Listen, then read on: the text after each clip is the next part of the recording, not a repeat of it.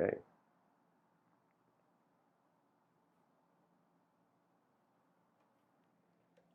Hello, everyone. Welcome to tonight's episode. Is this on? Yeah. Hello, everyone. Welcome to tonight's episode titled The Inner Strength of Civilizations. And so, in the subtitle, I've written, You are not alone, and dear human being, you are not alone. Your civilization's here, but it's unevolved.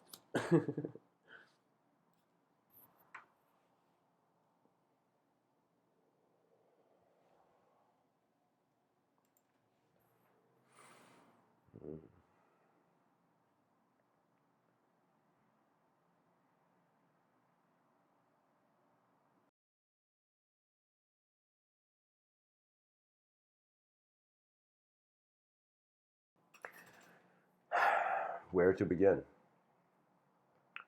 You see, I find that the human um, brain is an antenna that receives the world as a mind.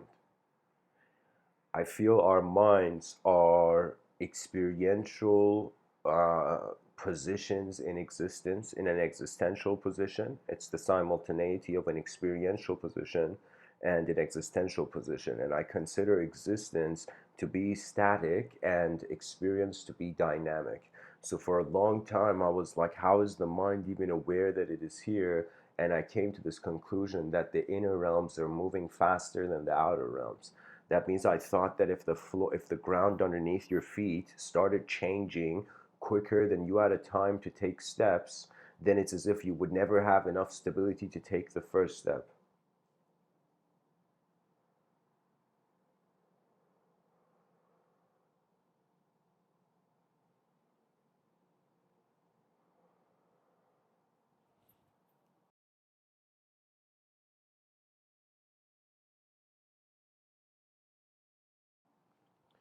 Therefore, it seems that the mind is changing is or shifting quicker than the body. And if we attribute the mind to the dimension of experience and attribute the body to the dimension of existence, and the reason we're attributing these is because attributing these to these 2 points is because when you look in the mirror, your body is there. Your body is the existential part of you. Your planet is the existential part of your moment.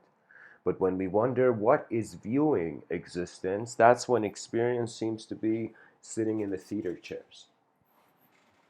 And the screen of perception is taken into consideration.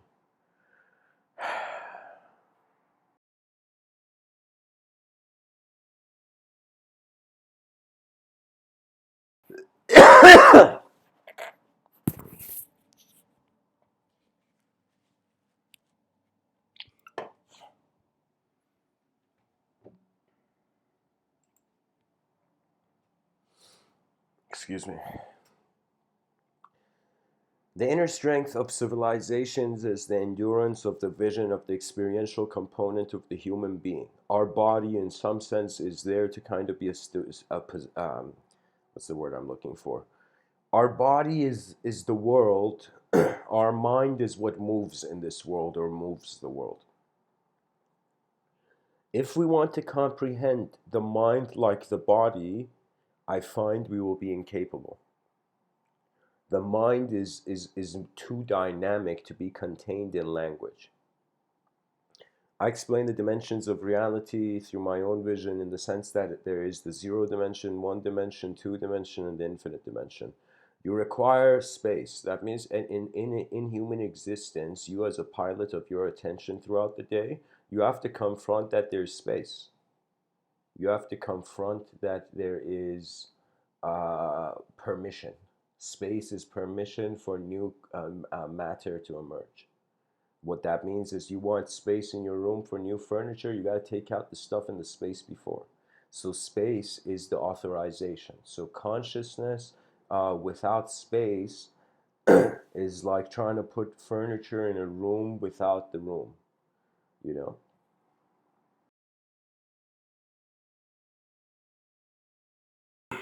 Sometimes in my cellular planes, I envision myself above like couple hundred meters in the air looking at civilization. Sometimes my mind can animate what that would look like. And I kind of look in my subtler realms from that view above the city. What I see is movement of individuals and the movement of individuals leading to collective patterns.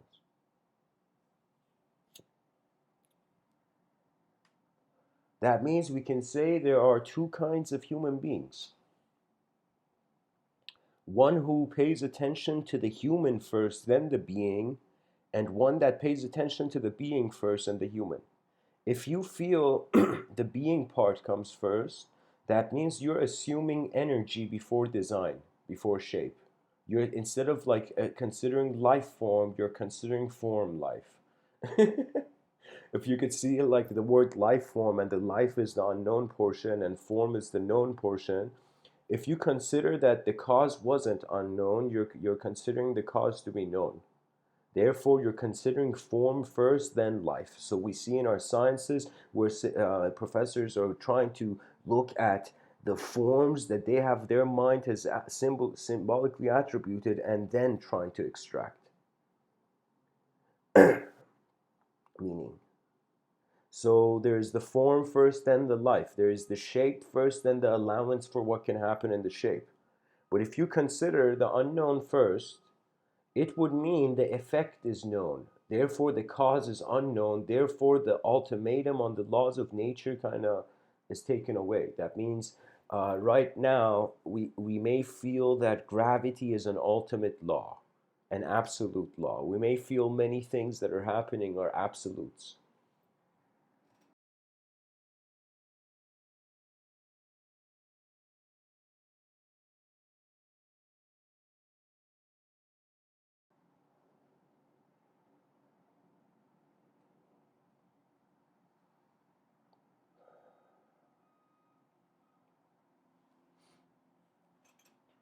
I find that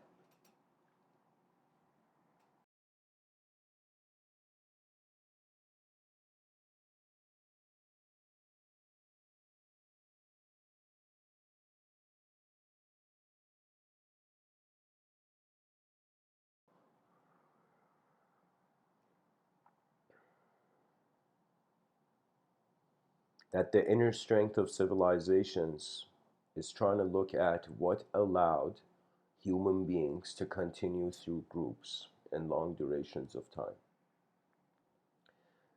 They did this test in some university, and they realized that if they put like this bigger rat and this smaller rat, and these two rats or mice or whatever, they would get bored in this box, and so they would start fighting. Not fighting, they would start playing, wrestling. And then the bigger rat obviously would always win. The bigger rat noticed that it would win so many times. I mean, like the scientists noticed that the bigger rat has found a strategy to let the smaller rat win 2 out of 10 times to keep it in the game. If the rat wins 10 times, then it's completely done. But if it feels it has won, if it feels it has achieved little victories, it'll be engaged in the game. Now, when I look at civilization, I see civilization in a strange way in the position of the bigger rat. Now, the civilization, the overall system, narrative, it can kind of slam us to the ground. What does that mean? That means if we say an advanced civilization is a civilization where beings have an advanced awareness of themselves, we can say a non advanced civilization is a civilization where the governing power is okay with members not being advanced.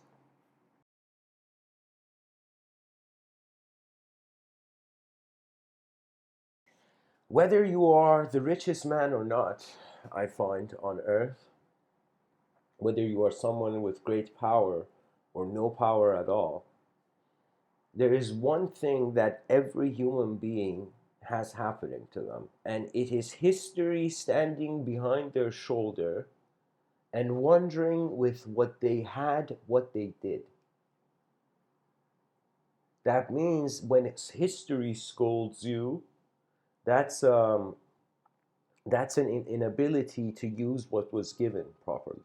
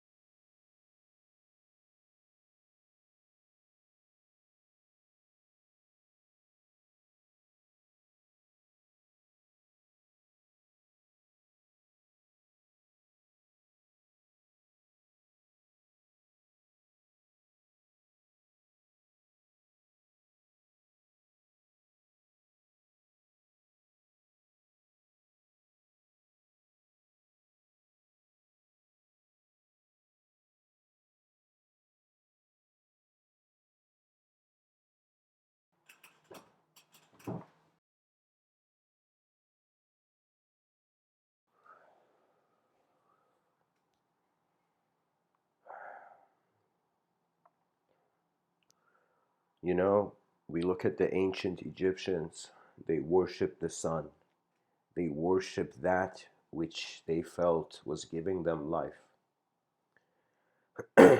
We find ourselves in 2020 in a global secularism that wants us, I can say, to acknowledge nothing more than the objective. And if there is something more, it has to be translated into the language of the objective. It is the death of subjective freedom.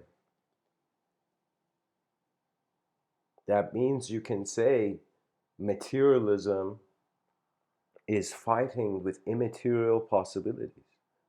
What does that mean? That means if a person is sitting in a room and you see that person and you look at that person and objectively they're sitting on the couch.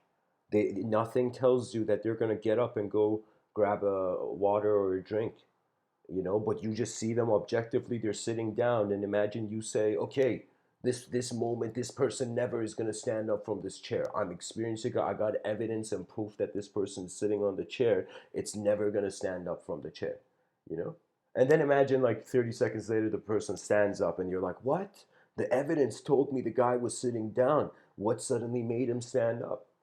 you know so that's what I mean. It's about levels of interpretation. It's about the sophistication of human language and how it interrelates with the inner imagery of the human being. So the strength of a civilization is its endurance. The endurance of a civilization has to do with its ability. Its ability is based on its awareness of its environment, and its environment, depending on where it is, like a long time ago when we were in the food chain, our environment was natural. So pretty much there was less. It's another way of saying our imagination was in the hands of nature.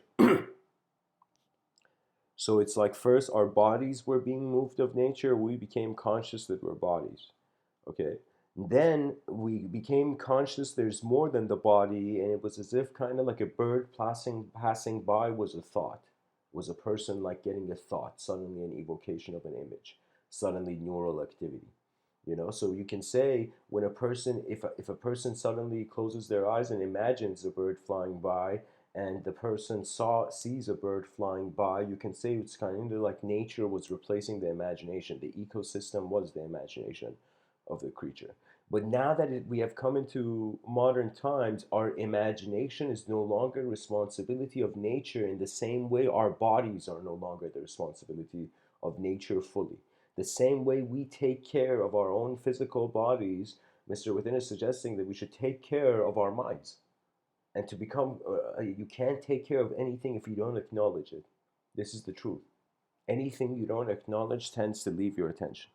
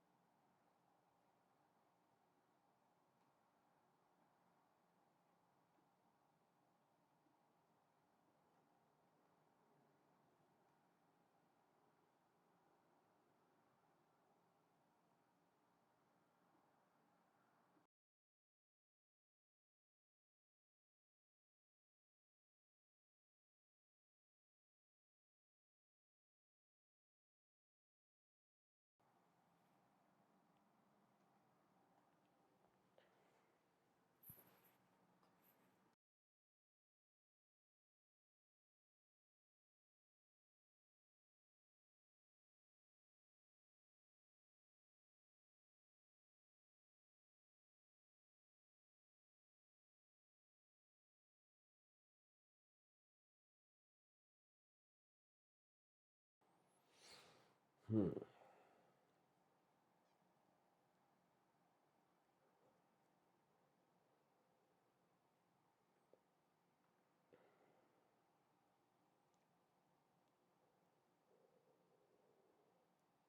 A person's mind is not a physical thing,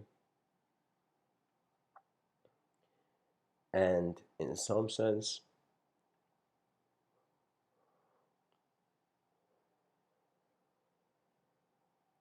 due to being the light in the room, is the commander of what it receives.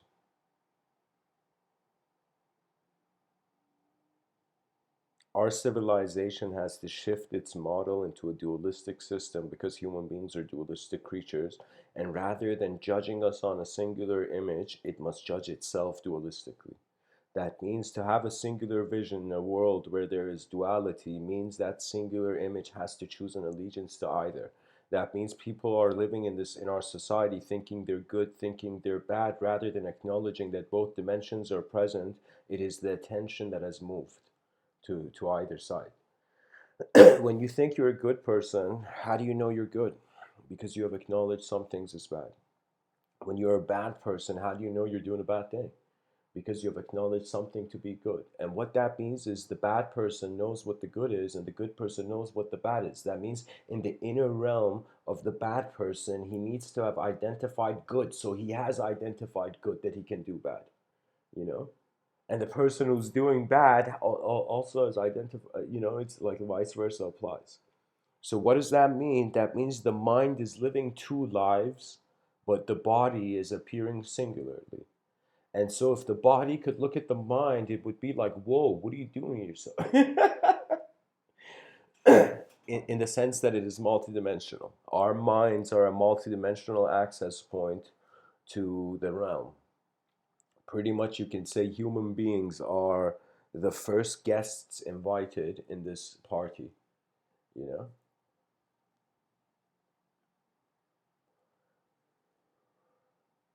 I've experienced an emotion in my life a couple times, and it has been an emotion that is very hard to word because it's as if when I look at the future, there is a sort of sorrow. When I look at what the past did in their own terms of challenges, there comes joy. So I've had many moments where I've experienced joy and sorrow simultaneously. And it's as if thinking of it of having two memories at the same time. That means if I'm telling you, if you can remember one memory, trust me, you can remember a bunch of memories at the same time. But it tends to be experience oriented. So sometimes when I navigate, and I'll make it poetic, when I navigate in my fields of memory, in my memory fields, the way it occurs is I tend to remember things. I later on realize this emotions. I remember emotions sometimes more clearly than ideas and concepts and language.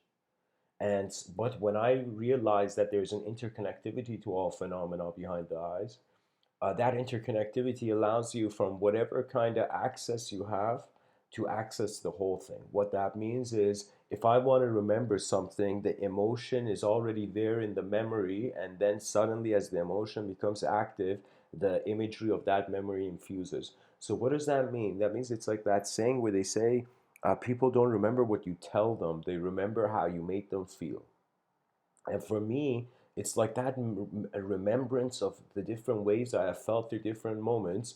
By me just instantly evoking the emotion has less linearity, less time. You can say your emotions are coming more from the kind of deeper unknown part of the moment, instantaneous part of the moment. So it's as if I use emotions to navigate through memories, images.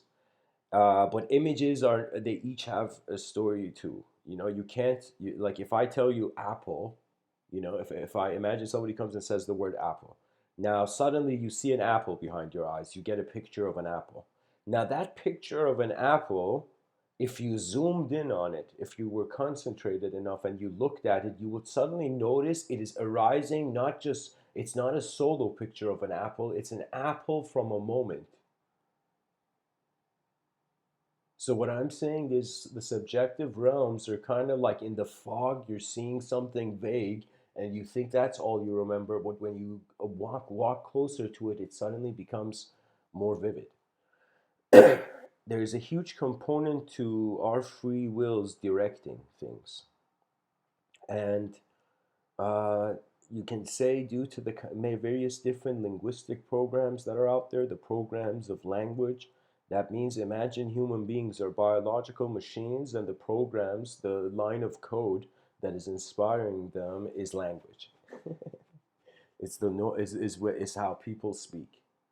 You know, you put the wrong code in the wrong system, and that system kind of gets dysfunctional. You say something to someone who is not aware that they are more than language, and that language can burden them. This is why children, especially young children, when their parents, for example, scold them or are disappointed in them, it makes the child doesn't have enough intelligence and maturity to know, but the child feels it has disappointed something. Therefore, it will feel it doesn't deserve. So that's the issue of scolding young children, is that there is a huge chance, like a 50-50 chance that they may go in life feeling they don't deserve because in one moment they were scolded and that memory stuck with them, you know? And of course, it's the kind of path of karma the person is given. That means on some level, karma became a concept that had value to me because I realized even if I don't do something wrong, there is still a direction.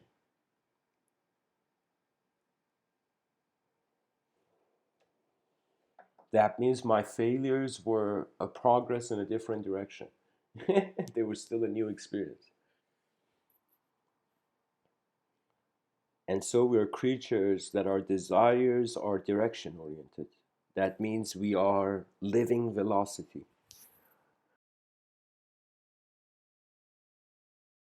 Consciousness not only has direction, it has speed.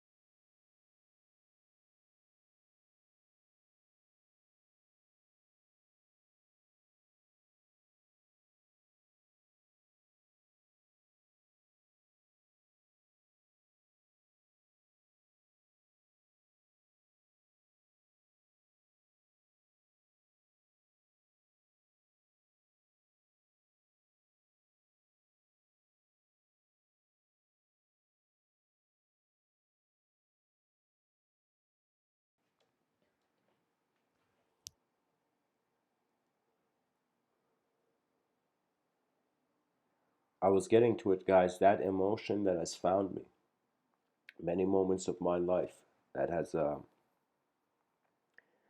shook me. That emotion was an urgency. It was an urgency because it was as if the mind could see, the mind could reach for the prize, but the body couldn't.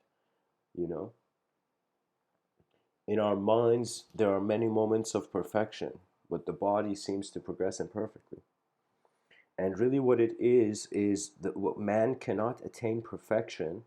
It's kind of like Salvador Dali says, "Don't fear perfection; you'll never reach it." But but it's in a sense where man can have a perfect appreciation of his imperfection. That means in a lot of things in life, they're not your choice, but how you receive everything can be your choice if you choose to administer your identity consciously. Um, when looking into mysticism, yogic culture, Vedanta, and the Upanishads, I came into this conclusion that there were certain human beings that treated life as a simulation of a higher dimension. So, in some sense, in metaphysical perspectives and many of the mystical wisdom traditions, I found it hilarious that why is it that they are in strangely seems like wailing and worshiping an invisible agency behind sensory perception, beyond the walls of sensory perception, the veil of thought. And I was like, why are so many esoteric societies worshiping these kind of hidden faces, these invisible faces? And then I came to the conclusion that only when you're on one side of the door, you don't know what's on the other side, and then you get caught into worshiping it. So, what that means is it's like there's a door, you can't see beyond that door, but you see the door is there, and you can see the doorknob being moved from the other side. And so the person in the esoteric society begins, oh my God, super, super. What is the idea? Like, I don't know. It's like you can get theosophical about it as much as we want. We can get theosophical about it as much as we want, but really, let me tell you, the mind is so advanced. It is not just being your world, and it is not just being you. It is being everything in between.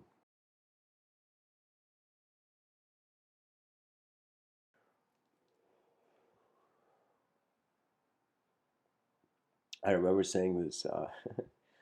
This kind of story that there was this man who was kind of born in a city and urban environment, and so he gets out of that urban environment, goes to finds his life takes him towards the path of meditation, and he goes to some eastern country and he finds himself in a cave, and he's met many yogis on the way, and he's in that cave and he's meditating and he feels he's done the right thing, and he suddenly goes into samadhi.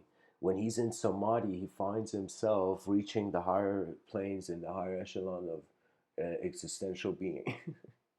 And so what happens is he goes up the thing. What do you call it? He goes. Imagine like heaven is on the mountain peak and there's clouds that are you have to go beyond those clouds to see the mountain peak. So in other words, think of this man suddenly going up those clouds. This man who was born in chaos suddenly found some inner order and climbed that inner order and found himself reaching the heavens. And so it's as if suddenly this being in his meditative state, his consciousness suddenly goes to heaven, and he notices he's there. He's above the mountain peak and he's seeing. And suddenly, as his head has poked out of the clouds to see kind of like he's in the heavenly dimension, suddenly all the heavenly beings are looking at him and they're like, yo, what are you doing here? And the guy's like, I made it to heaven, man. I'm like, isn't this it?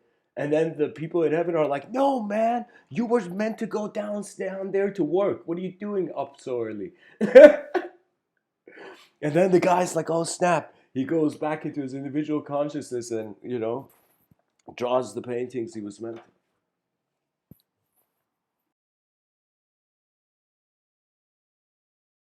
Whatever it is, if life is seen as a collective consciousness, the purpose of the collective is the individual. The purpose of the individual is the collective. The purpose of the void is all. The purpose of all will be the void. That means the same way we blink, civilizations blink on the surface of Earth too. They come and go.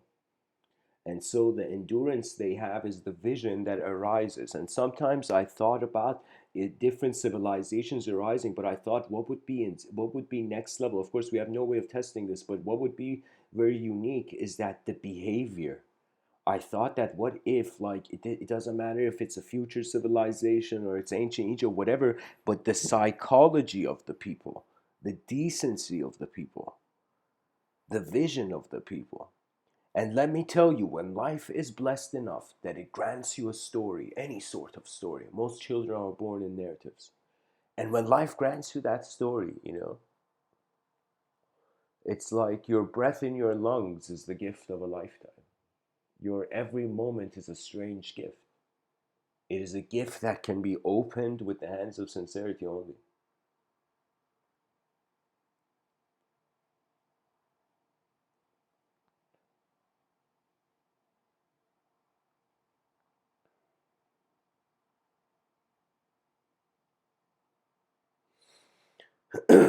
I've had sometimes playful inner experiences. I'll share some of them. I remember I was sitting on my porch. It was midday, semi-warm temperature. And I remember as I was sitting down on this metal chair, I suddenly my mind saw two figures standing in front of me. I saw it in my inner realms. And what I mean by that is I saw the most chaotic version of me, a version of me that I felt had not listened. It's as if, imagine instead of a person having intuition, they having a moment where it's as if their mind animates in the worst way and in the best way. So pretty much in my subjective realms, in that moment, I saw the worst sense of self of myself, and I saw the greatest. And I noticed something unique. In the extremely worst, I could not fathom. And the most extremely great, I could not fathom. That means there was a vanishing point at the extremes of my perception, subjective perception. And when I noticed that, it's like, you know what it is? It's like suddenly a person realizing, oh my God, are these virtual reality goggles of my own self generated morality?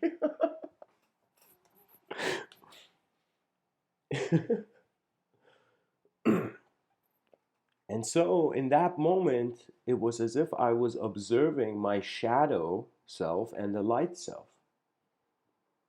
I was seeing my failure and my success not as if I had to choose one, they were both there. And I thought, how unique. What if in one dimension there is complete failure and in another dimension there's success, but it's the attention of the person that has to go on that dimension? So I realized the edge of the spectrum, and that's what I'm saying, that it's kind of like a very fundamental core of my school of thought when I speak about the pilots of consciousness. That if the metaphor of a pilot in an airplane is being taken for a mind in a plane of existence, and the pilot has to navigate consciously, and we have to conduct our minds consciously. So it's like the wings of that plane are chaos and order. I saw my most chaotic self and my most ordered self, to the capacity my mind could fathom in that moment. And I recognize these are the parameters of my potential. We are living in a multidimensional realm because we are acknowledging not just objects and subjects, but someone looking at them, some fabric of nature, quality of nature being aware of itself. Your awareness is the most divine thing, by the way. That means like a person can go worship. Imagine a person worships an idol. Worship goes to a shrine and every day looks at that altar, worships it. Let me tell you what's going to happen. That person is going to notice, like a person who, let's say, 10,000 hours does something, will eventually see dimensions of that action they haven't seen before.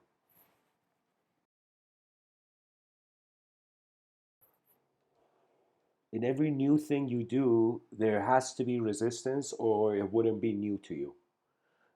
So there is resistance in a lot of things, and if that resistance is endured, momentum builds up. What does that mean? That means imagine in what do you call it, like a soccer team. The 11 players are tired. They see the scoreboard is against them. But they see that the striker of the team, he sees everybody is tired and he notices that he has no choice. So the striker, when he gets the ball, he's dribbling people and he keeps going towards the goal line, but gets tackled and he can't get through the defenses, but he hasn't stopped. And so it's that strange thing where all the other team members are like, holy shit, this guy's running fast. But then the momentum comes. That means a lot of things in life, the person requires an uttermost individual endurance only till the last second. As Rabindranath Tagore says, the bird in flying in that darkness suddenly feels the light on its wings. Suddenly notices dawn is coming. You see it's like the bird feels the warmth of the sun, the light of the emerging sun before the sky is lit. The bird feels the warmth on its wings. The fact that we are creatures in nature and nature is cyclical and our language is dualistic, it's a suggestion that Really, our thinking at the end of the day is the movement of nature. So we are reaching a point where we are saying it's a beautiful exchange. It's kind of like nature has been moving thought until now, where thought is moving nature.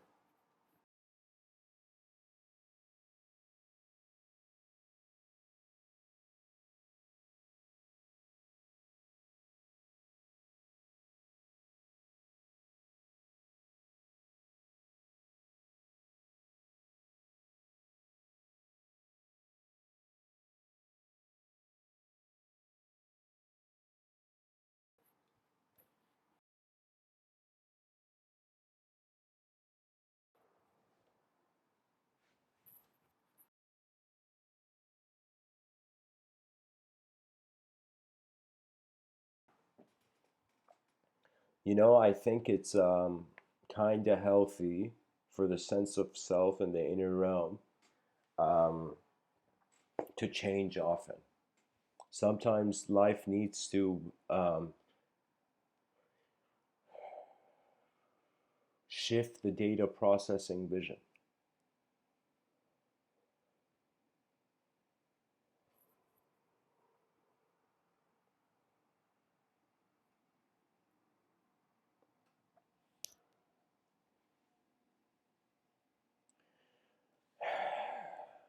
The unknown, the unknown, the unknown.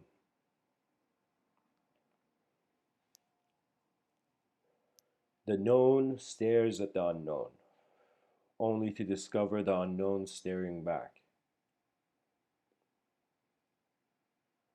I sometimes wonder it right now when I think about what, like yesterday, I see that yesterday is a memory in this present moment for me.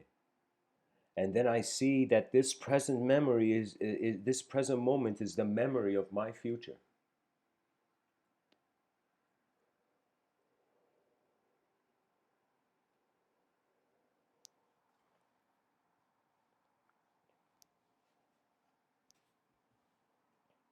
That means our free will is designing the memories of our future self.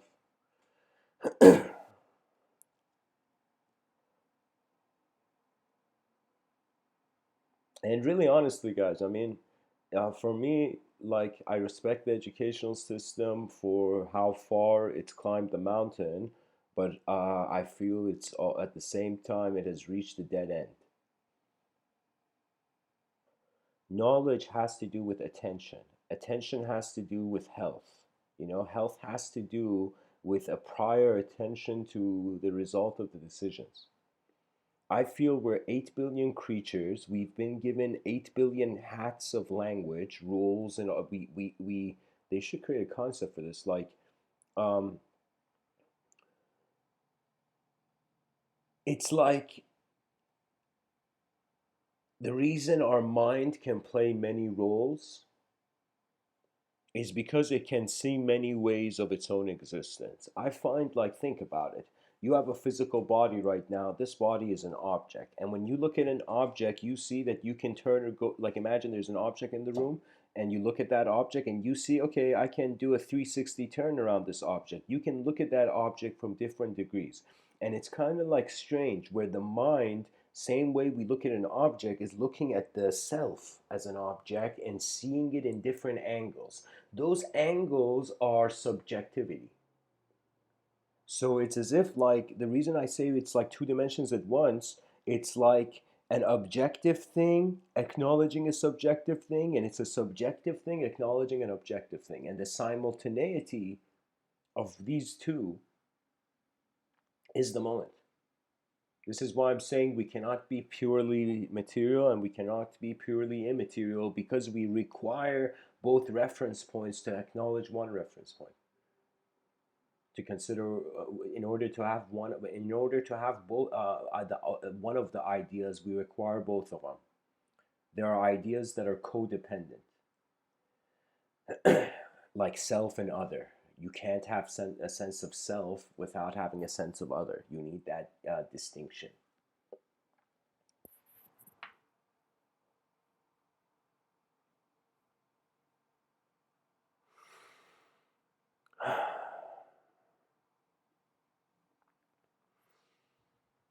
I don't know why, guys, but I have a feeling to go into a quote tunnel of Leo Tolstoy. Leo Tolstoy is a remarkable Russian philosopher. His wisdom is very vast, and what I extracted from his wisdom, one of the first things I heard from him was he wrote this letter called "Bethink Yourselves," and in it he was such suggesting the kind of chaotic blindness of ignorant order. He was talking about the blind chaos of ignorant order. How, for example, in the Russo-Japanese wars, the Russians were kind of had. It's as if the leader of the Russians was saying God is on our side, and the leader of the Japanese was also saying the universe is on our side, and they were going to war, and strangers were killing strangers on a massive level because of a sense of self claim. You know, I'll tell you something hilarious. This is the cool, interesting thing about language, that really it's hollow until we have experience. You can say experience is the presence of language, the true presence of language. Where was I going with this?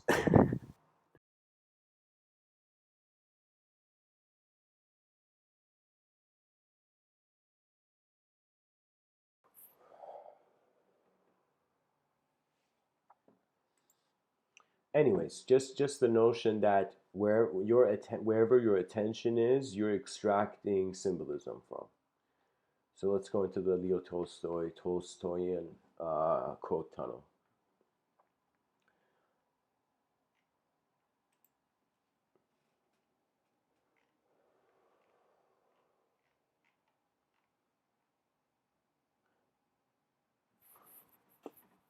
Wow, check this out. So, born in 1828, Leo Tolstoy came from an aristocratic Russian family, and though you probably imagine him living a luxurious life, he rather experienced a painful one.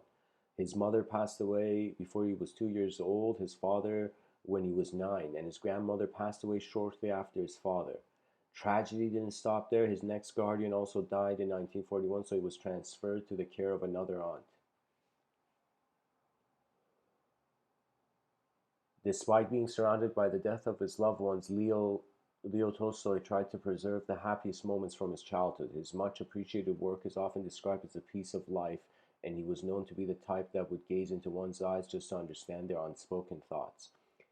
Tolstoy has a profound influence on other great personalities like Mahatma Gandhi and Martin Luther King. Now, let's see what Tolstoy says. So imagine if Tolstoy was in the room, he's saying this to you. Wrong does not cease to be wrong because the majority share in it. Truth, like gold, is obtained not by its growth, but by washing away from it all that is not gold. Everyone thinks of changing the world, but no one thinks of changing himself. Tolstoy says respect was invented to cover the empty place where love should be. Wow.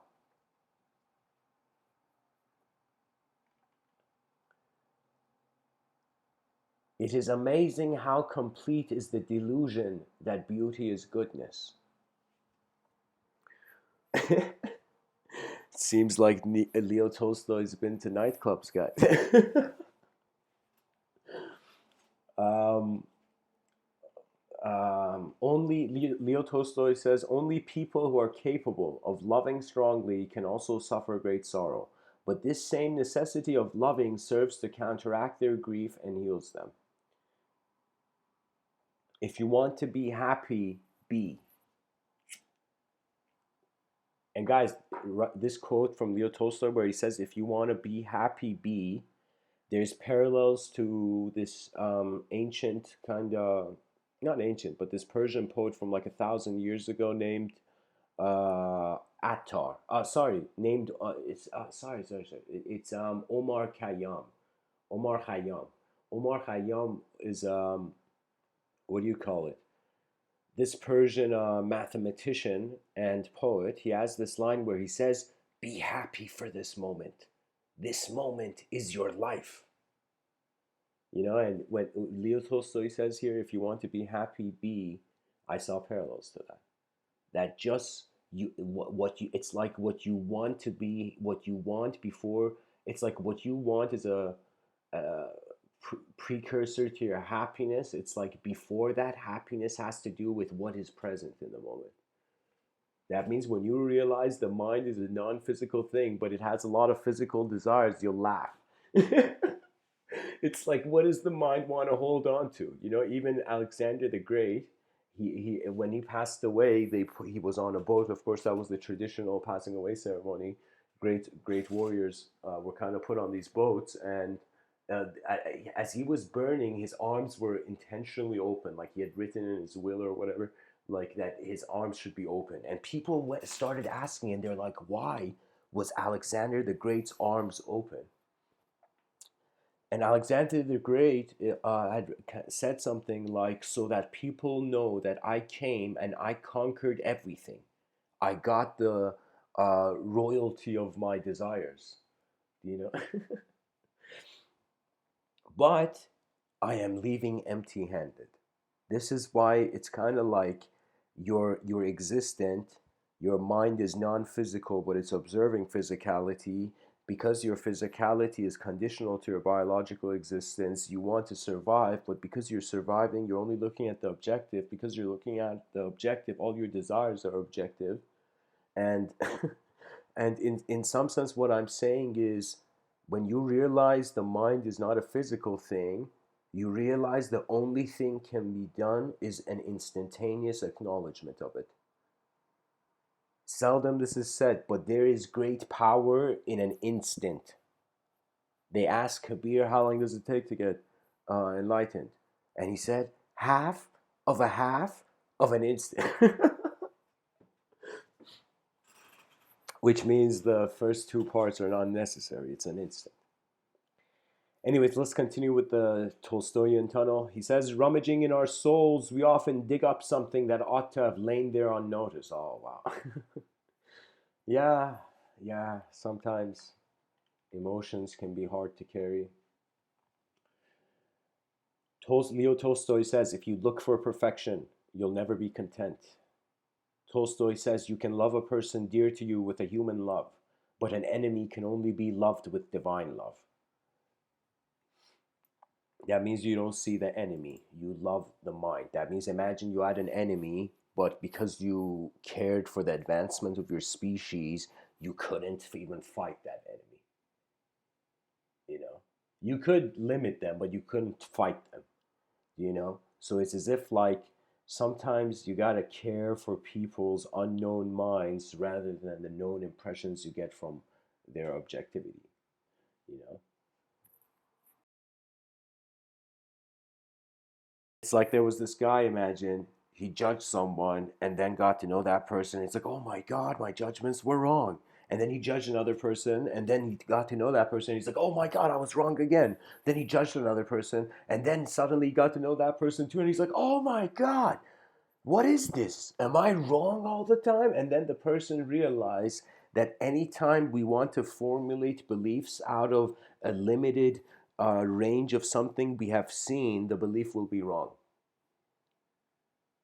That means if you, for example, you're hearing me right now, or any speaker, and you take a snapshot moment of what they have said, you can take that snapshot moment of what they have said and judge it through endless contexts. Really, in life, especially through speech, what I have found is that it's either the concept moving or the context moving.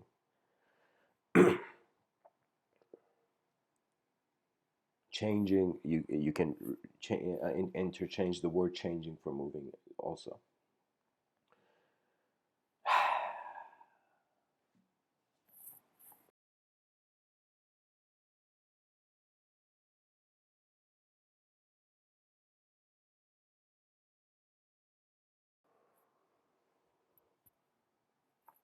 Tolstoy tells us, let us forgive each other, only then will we live in peace. And that forgiveness is getting rid of those limited first impressions that we judge people on. That's the power of forgiveness. I'm telling you, Like there was a time in my life where when I had confrontation from others, especially during my schooling years, when I had confrontation with others, I would feel like, okay, guards up, time to go to war, you know. But then I realized I something ingenious.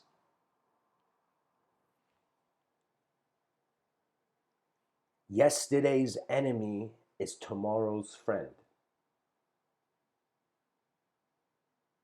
That means every person changes. Every person you have thought was a bad person changes.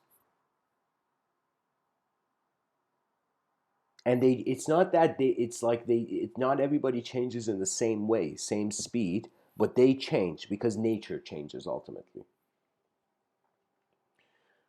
Leo Tolstoy says, if one loves anyone, one loves the whole person, just as they are and not as one would like them to be. Leo Tolstoy says, I often think that men don't understand what is noble and what is ignorant, though they always talk about it. Of course, because every person is starting in their own inner realms first. So what that means is any person who talks, there will be another person with another inner realm who will see the thing from a totally different angle. Leo Tolstoy says, I often think that men don't. Oh, no, I read that. The changes in our life must come from the impossibility to live, otherwise, to the demands of our conscience, not from our mental resolution to try a new form of life. Okay, this one's good to get into.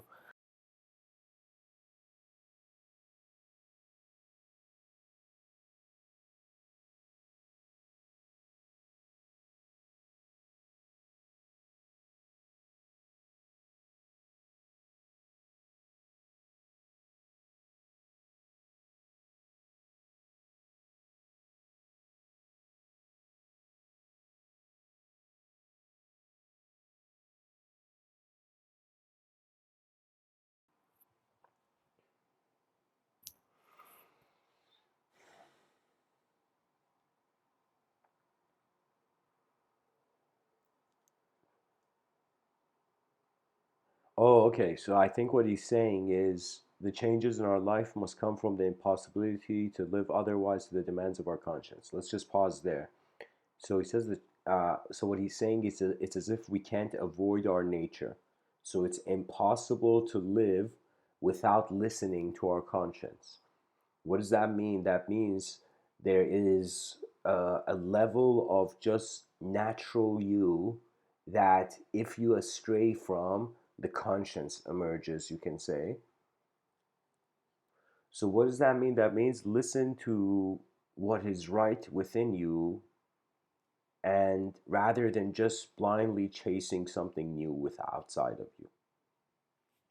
Ultimately, guys, you're a creature that's existing. You have an evolutionary opportunity compared to all the other species on this planet to articulate your environment. And you can not only just articulate your environment, you can advance it. And it all depends on what kind of tools you were given.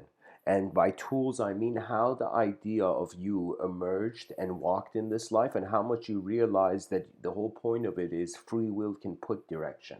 So that means that nature was directing us. Now we direct ourselves. It was like, but our environment was directing us, but now we direct our environments. But we are realizing in order to have a collective vision, to continue in civilization, there has to be a common language spoken. That means we can't build an advanced civilization unless we find a common language. And I have thought, guys, I've had many nights where I've sat down and I'm like, okay, what would a new language for civilization 2.0 be?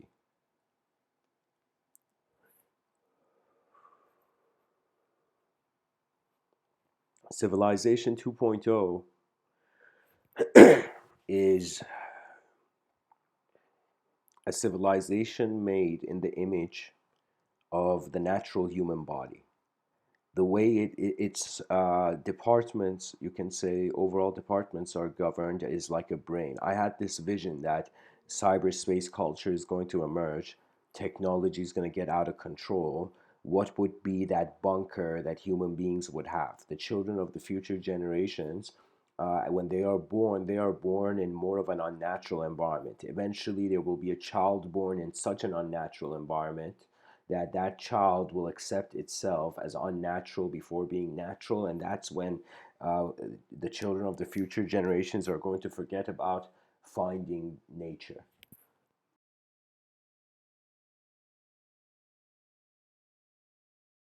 Excuse me.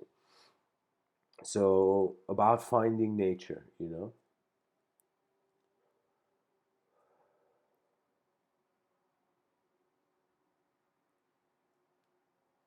the solution is that I feel everything known to man, all the branches of knowledge must be able to be seen in the human body. So for this means that like before, the most important education. Here, I'll tell you. If there was an educational system in my vision, in Mr. Within's view of an advanced educational system, it would it see language studies to be the most important study. Then it would be medical sciences. These two are the most important, and they should be the highest paying level. I don't know if they are. I mean, medical is obviously is, but in regards to linguistics, I don't know. I think we as a species don't really. It's like the person. Sometimes the comfort of one dimension it's is the sacrifice of the advancement of another dimension. Sometimes, if we just want to stay comfortable, then nothing moves forth. For me, I realize this life is weird. This life, there's a strange situation to it. That if you do nothing, you will feel missing, like you're missing out. And if you do something, you will also feel not enough. So I realized to want a static image of ourselves all the time in our heads is delusion. Therefore, I understand the law of attraction. People kind of thinking that reality is we are inside a reality machine, and your attention creates your world. And say affirmations in the mirror every day. I mean, what is prayer? Repetition of prayer, but like a sort of affirmation game. So it's like sure, you can choose to be the same image, or you can realize that these eyes are unknown, and you can learn to be okay with it. The unknown presence of intelligence. This may be not the best thing I'm going to say, but it's something that happened in my personal experience that sometimes there came this consideration that even if I was given nothing, it would be okay. And what I mean by nothing, it's like even if I was given everything, it would be okay. Because I realized the nothing and everything has to do with the change. Language is the outline of a coloring book, and the color that is kind of coloring these outlines is consciousness. So you can say it's like a process of blueprint, then implementation of blueprint, translation of the phenomenological moment into language, then implementation through that subjective view. Anyways, let's continue with Leo Tolstoy's quotes. He says, each person's task in life is to become an increasingly better person.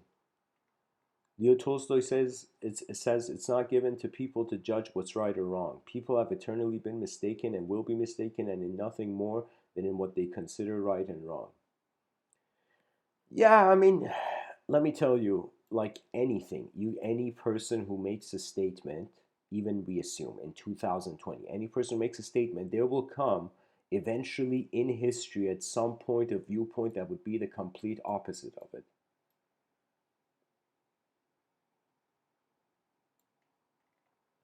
Leo Tolstoy says there is no greatness where simplicity, goodness, and truth are absent.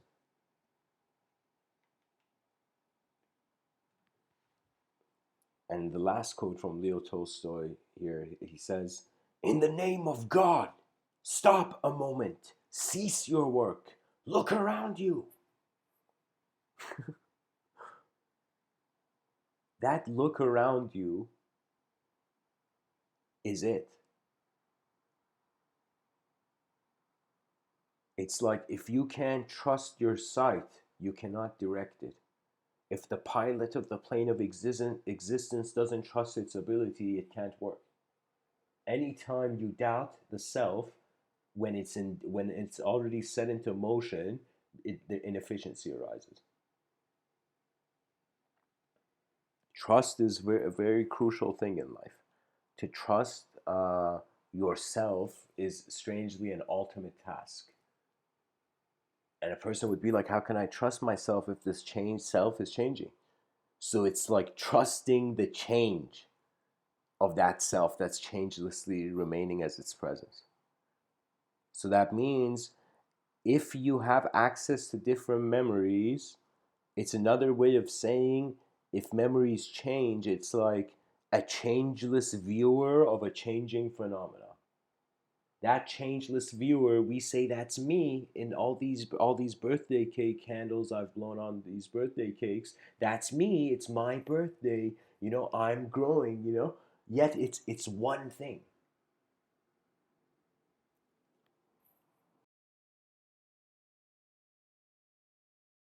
Knowledge is either moving towards the singular, it is either moving towards the void, it's either moving, existing in the dualistic, or it's moving towards the infinite. The Zen masters and Buddhists, they taught us about emptiness. The yogis and the dervishes and the Gnostics, they taught us about the soul.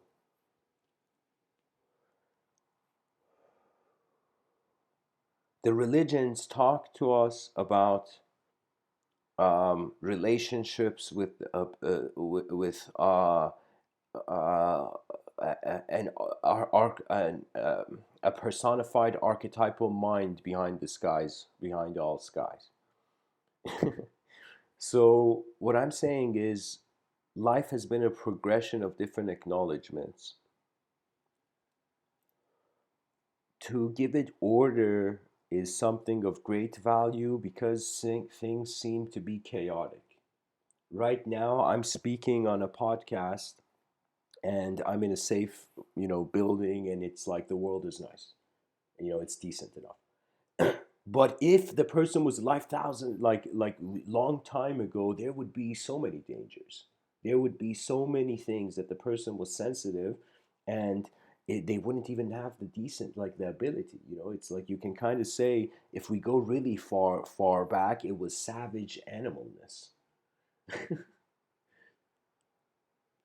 savage animalhood.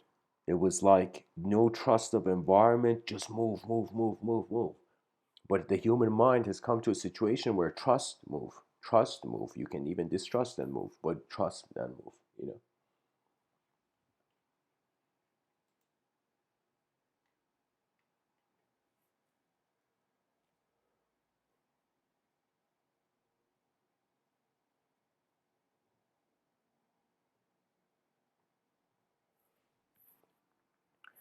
So guys, I was looking at the chat section, and yes, Dominic, it's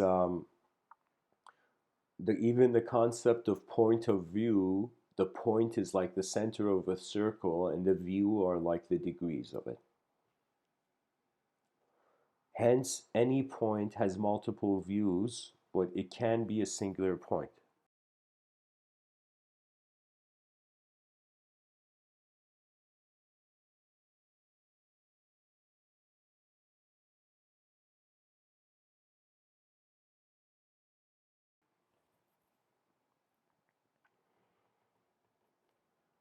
It's kind of fascinating. It's like awareness was the sun, consciousness was the sunbeam hitting an object, the object was the body, and the shadow was, in some sense, the psychology, the mind.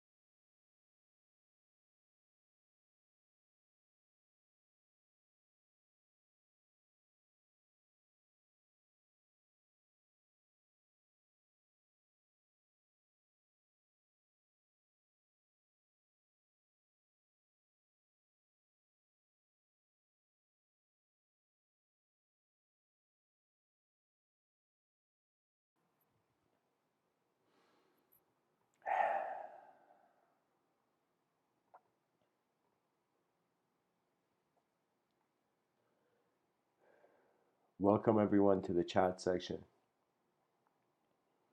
Um, I want to share a vision, a view I have. The view is the mind is a shape, strange way of saying it, but a shape. I wanted to say shape, but like shape generator. But you can say it's a shaper in the sense that it shapes. The mind is here to acknowledge form, and because it's here, it's alive. So our sense of livelihood has to do with how we're acknowledging we're here and how we're acknowledging form. Our sense of future has to do with our acknowledgement of the form. So this is what I was saying, guys.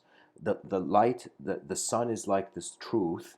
The light is hitting a form, and the light beams of the sun are the soul. The individual light beams of the sun, imagine they're like the soul, you know?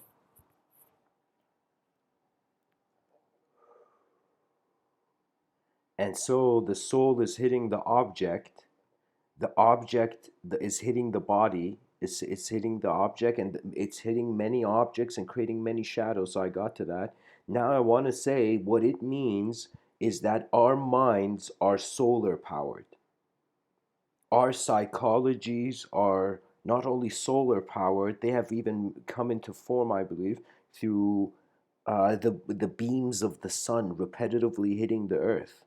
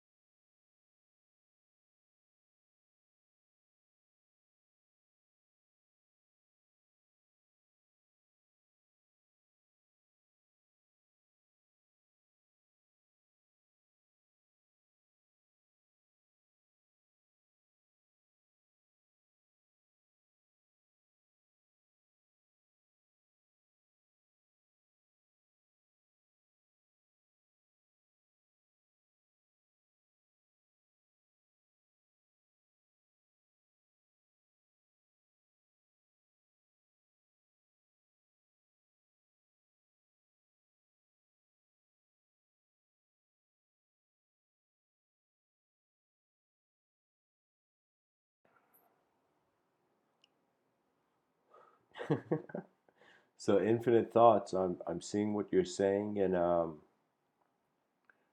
let me tell you something.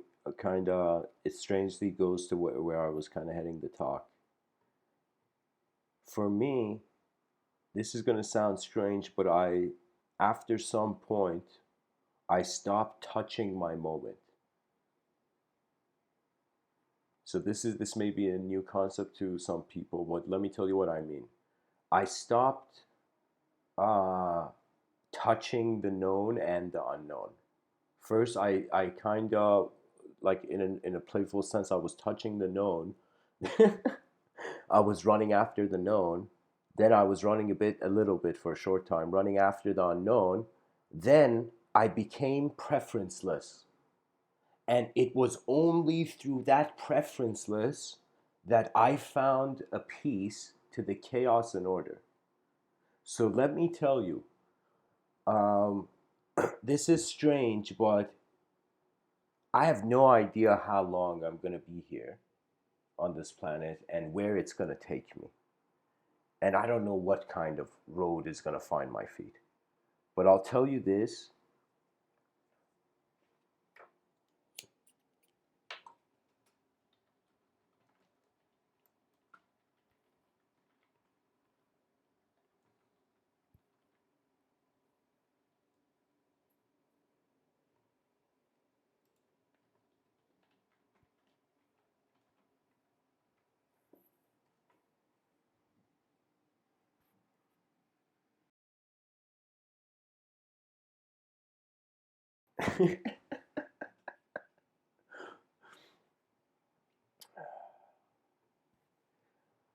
What I mean by trying to grasp or engage or even the untouchable, I'm simply suggesting that there is you'll see, like, what can you do with knowledge? What can you do with what you know?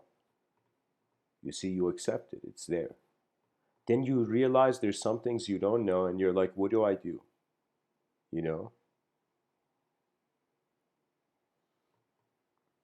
And guys, you can share links, but I recommend sharing the name of the books and sharing the links if you are in the kind of Facebook group, so it remains. This chat section, like, trust me, it's like after this live stream, I don't know how many people are going to see it. I mean, people are going to see it, but, like, you know what I mean?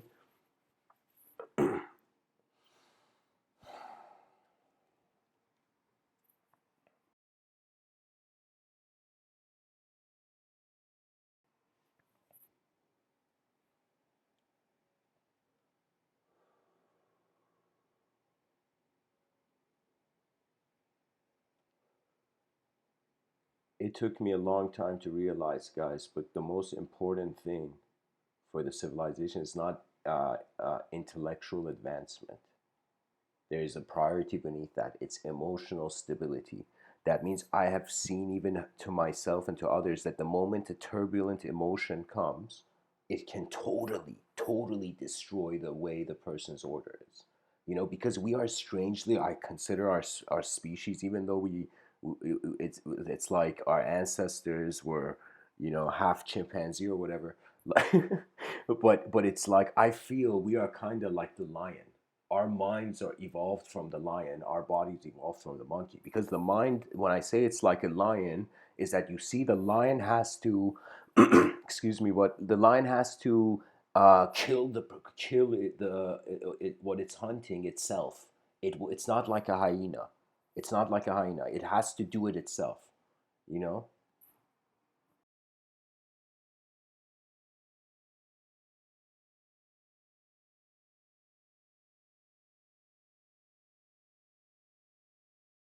So when it comes to any sort of the search for the truth, the mind has to literally like search like a lion, kind of claiming what it can perceive, you know?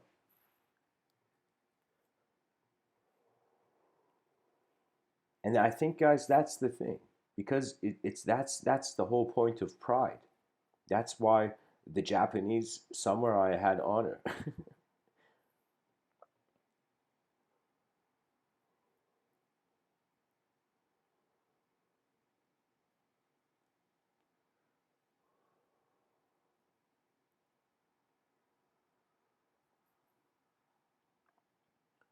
It's strange, isn't it? It's like, why does the hyena have less self-respect than the lion? I think it's because its hunger can't be endured by it. When you can't endure your hunger, imagine, like, for me, it was remarkable. I realized a person doesn't eat for 3 days, their psychology would be intense.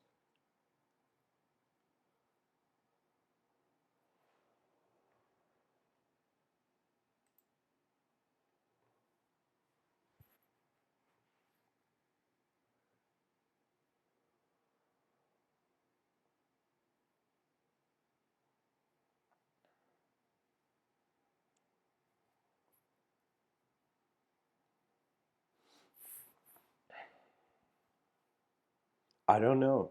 I think it's like in the samurai bushido, they kind of had this attitude of not fearing death, and in some sense living in every breath, living and dying. And what happens, and if you live and die in every breath, means you are yourself. You realize there's no time to be anything else in this life.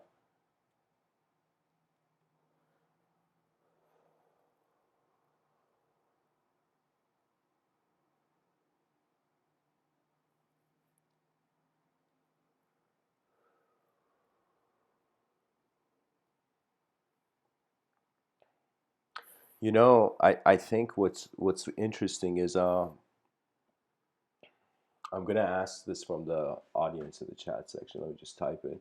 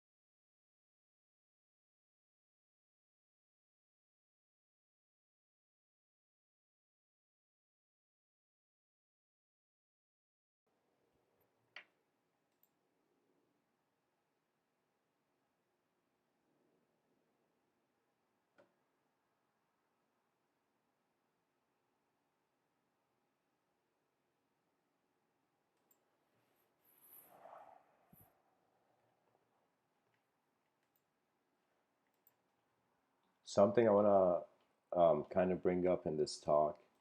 I have this unique theory on Maslow's hierarchy of needs, um, where Maslow, pretty much in his hierarchy of needs, he was looking at like what is the primal urge of the human being and where is it directed, and he kind of created this sort of pyramid where the top of the pyramid was self-actualization, and in the bottom it started from physiological needs.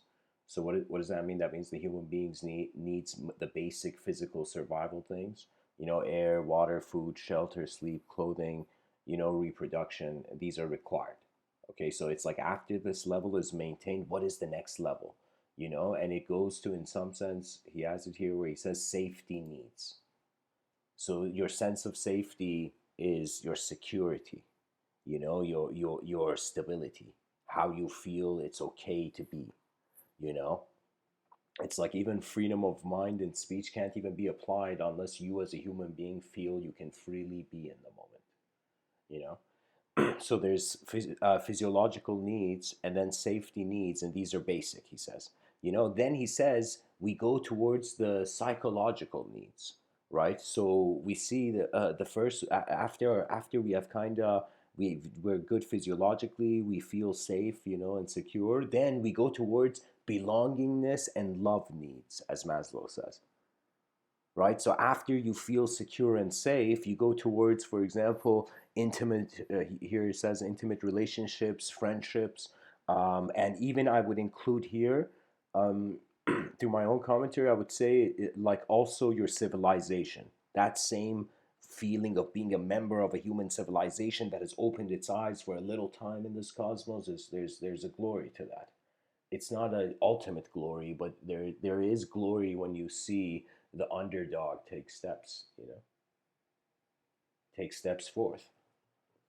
So after we go through belongingness and love, he says we have esteem needs. So these are our psychological needs. So you need to feel you're part of a civilized, a community, a civilization, a family, and then it's like you also want prestige and feelings of accomplishment, as he says here. Okay, so this is like these are the needs, right? But he says, what does the person need after? And he says this is where after you've handled the basic needs, the psychological needs, you're now going towards self-fulfillment. So you saw like the most important, like the person like wants to be successful in their mind. That's a psychological need. But then there is self-actualization, the self-fulfillment. Now here's the cool thing. The psychological need is dualistic, ego up to that point. That's all ego driven.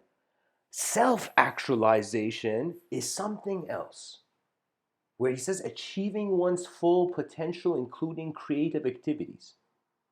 So that full potential means after you have all these levels in order, you will want to understand how to release the full, as if you're like this conscious potential energy. Let's say you're this unconscious potential energy, and you become this conscious kinetic energy.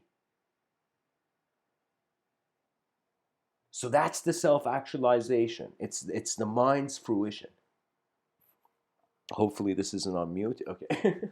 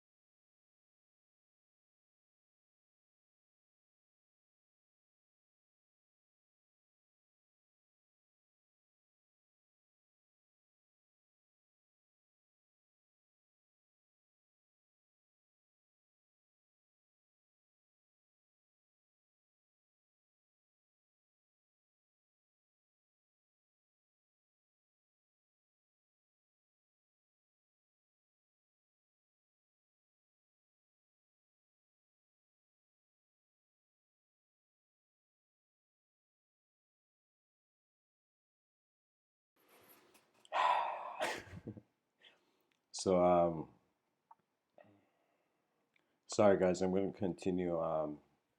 I feel maybe I should treat these YouTube videos as just mere recordings. Um, so, anyways,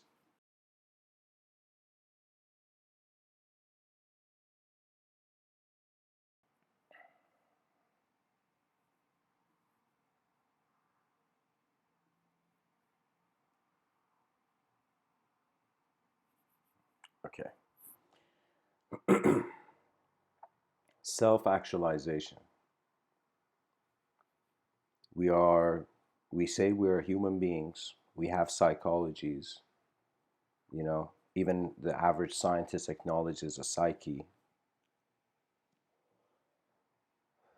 So once the needs of our psychology are met, it's another way of saying our subjective sense of selfhood has satisfied itself.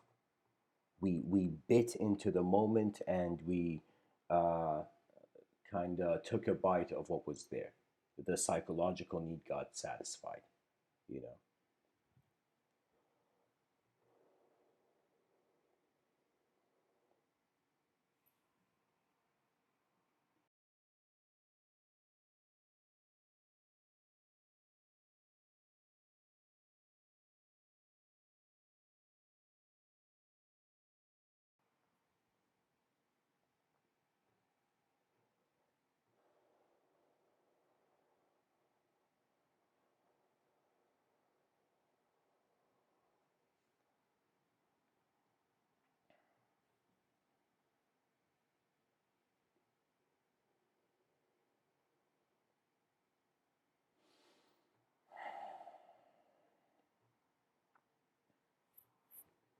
Honestly, the self-actualization thing, once this idea of the self is codependent with the environment, will be the actualization of the environment.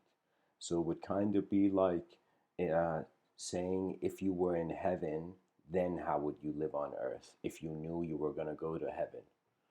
Or let me let me say it differently. Let me say it like, in order to actualize a greater self, it would mean like this concept, like if Maslow was here, we would have to kind of consider, all right, so this guy is saying after your psychology, you've reached that fame and fortune and legacy and everything, all that important stuff, what next?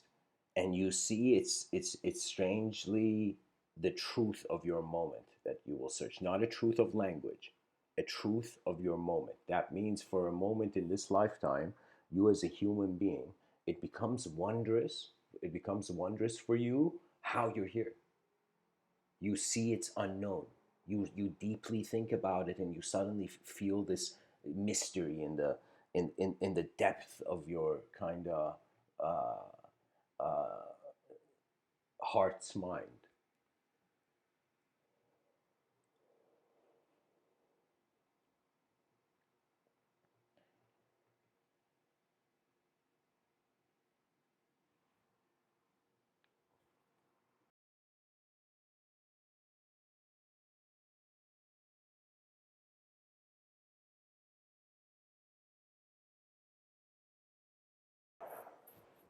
To fear the world means to be dead in it.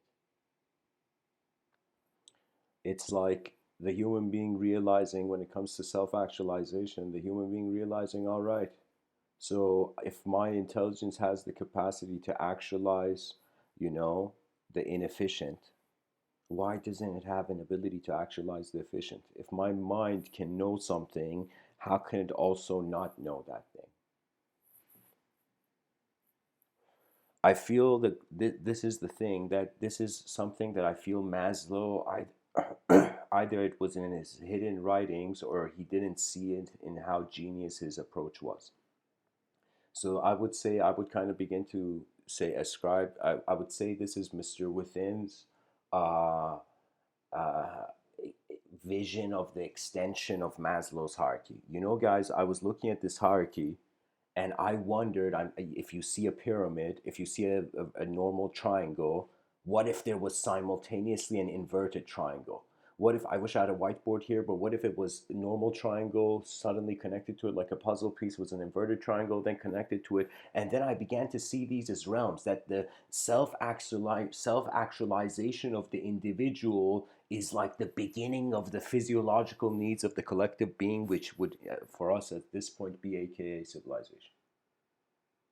So, what I mean by that is the greatest individual self actualization is collective evolution.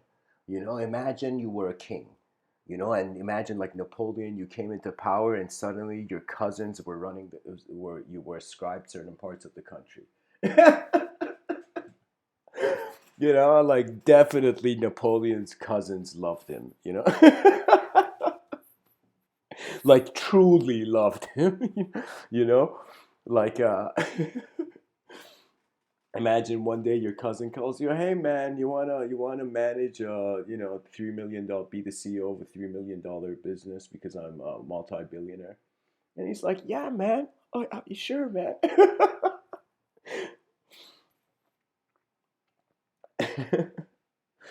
So,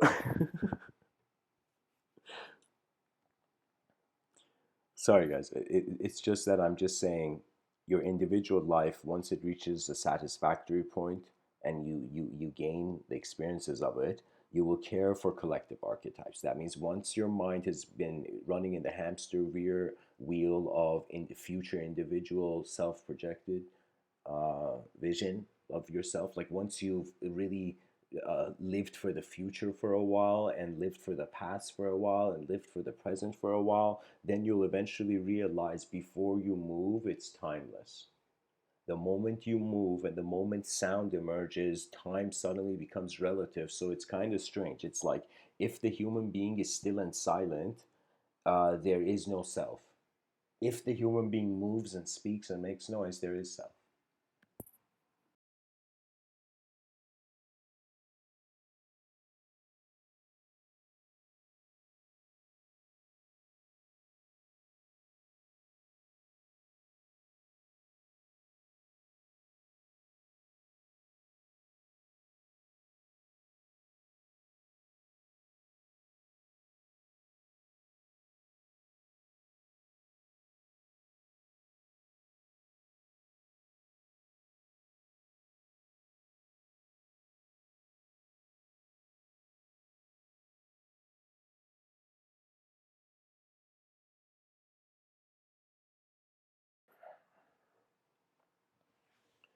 It's like at first you feel, what do I want?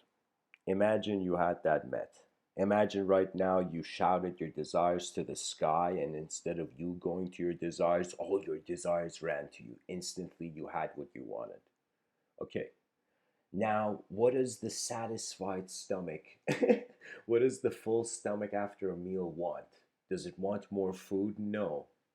It wants the opposite of that desire. How hilarious is it that if a person desires food, then eats a lot of food, will eventually go to a state where their desire will change to not wanting food?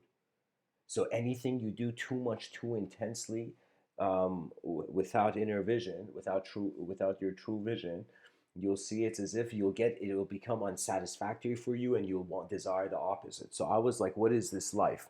Is it constantly a requirement of a psychological equilibrium, like room temperature? Like if it's too cold, we die. If it's too hot, we die. But if it's just right, we thrive. So which one is it? Right? So I was thinking, okay, is it just balance? And you kind of can see in Maslow's hierarchy that it's like physicality is priority. What does that mean? That means if there is limited resources, um, it's like, how can I say it? If you choose to play the game of society, play it well. If you choose to not play the game of society because you see the potential for a better one, then you have to live in the presence of your inner vision. Because I found it crazy how, like, in some sense, it's like the subtler realms of everyone is different. They are a different receiver of the moment.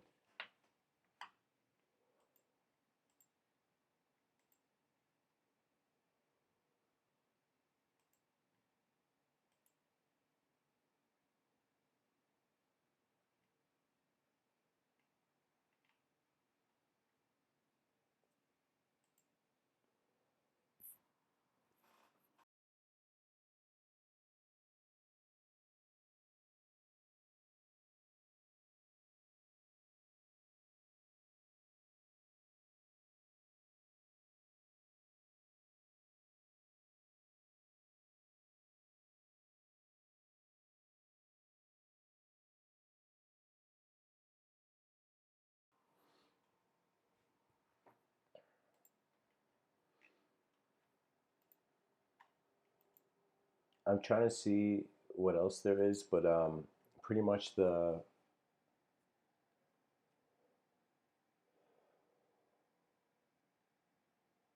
how can I say it? Like, what can an individual do on a rock in the middle of nowhere when it thinks about its inner realms? It can see it's like an empty page. It can project. That projection can find collective value. It won't find collective value until the language changes. The language will change only if the experience of people change. So if the experience of people has to change before the language can change, and before the language can change the overall structure of the worldview, what that means is if we want, as conscious beings, to live in a better world, we have to at least choose to take steps back.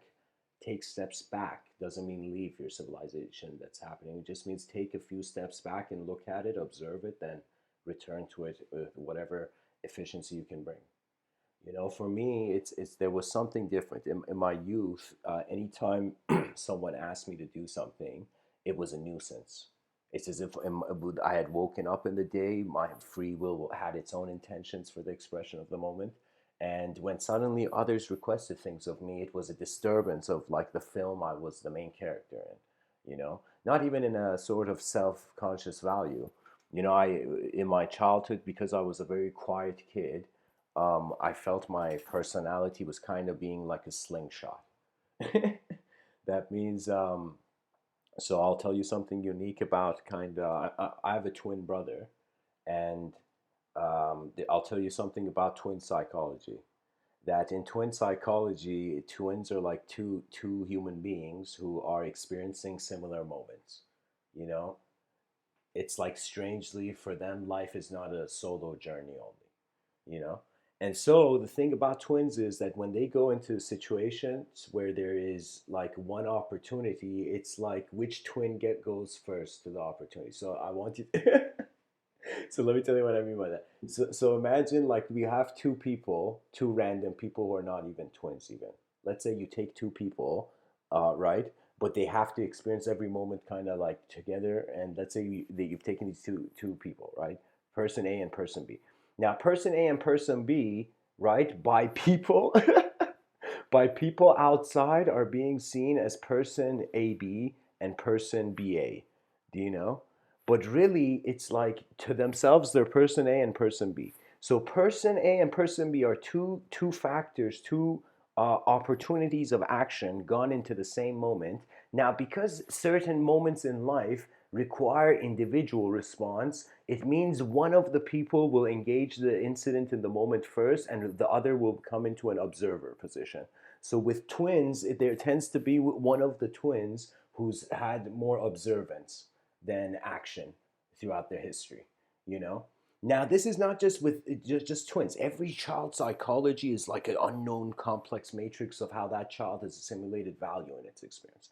So it's on some level you can compare people because we share certain commonalities, but when you want to get an overall analysis, you have to also consider how there's differentiation. There's certain things that have nothing to do with the being. It's as if the energy is moving in that direction and that energy is moving in another direction. So how can these energies even be identified?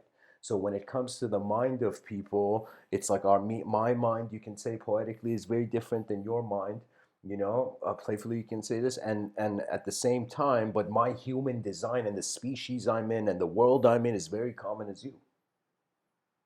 So it's like that's when I say you suddenly find the pride of your species, the pride of your civilization. It's a pride you have to find.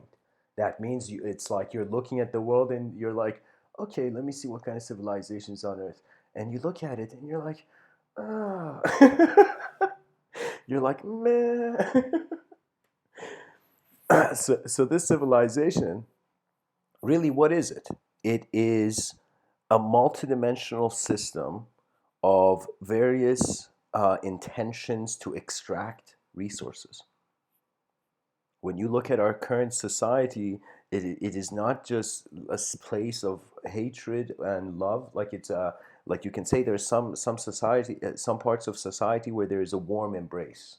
It's as if there's welcoming environments and unwelcoming environments. And these are everywhere, because it has to do with the state of mind and a human being whose their inner realms are turbulent, most likely they are trying to get rid of the inner realm by externalizing it quickly. So sometimes you can say when I've seen a violent and angry person, do you know what I have seen? I have seen literally someone who is releasing his pain externally. They're like the more advanced human being should release pain internally. That means it's like you don't have to punch someone just to get out that feeling when you got punched when you were young and you couldn't do anything about it. Like you don't need to release it by externalizing it. Sometimes it's just about predominantly how you see who you see in the mirror. Do you see a pilot or do you see a sight in the void, not realizing its opportunity? It is an evolutionary opportunity. The inner strength is the vision. So you as a human being, if somebody came up to you and it's like, okay, what is strength? What is inner strength? How are you living? What do you trust? And you see, strength is has to be the free will's. It's coming from the spotlight of free will.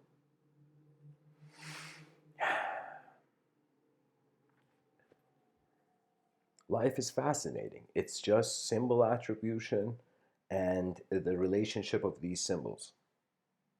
Language is a simulated realm, and of course it's one of those things where I have always seen it. I have been in rooms where I have been the disrespectful one in the room, and I have been in rooms where in some sense, how can I tell you, it's like uh, I have done things disrespectful, but I have also been disrespected. And that disrespect comes in with the validity of which image of reality is stable. So if you care about the moment, so sometimes it's strange because it's like, how can we tell if that angry person who is shouting because somebody told them something, like, how can we justify, is that angry person doing the right thing, shouting or not? And on some level, I guess you can say like he has to care for the world to want to do something about it. But at the same time, to what cost? So we can say just like there's blind worship, and worship is a type of caring and keeping the attention in the same place.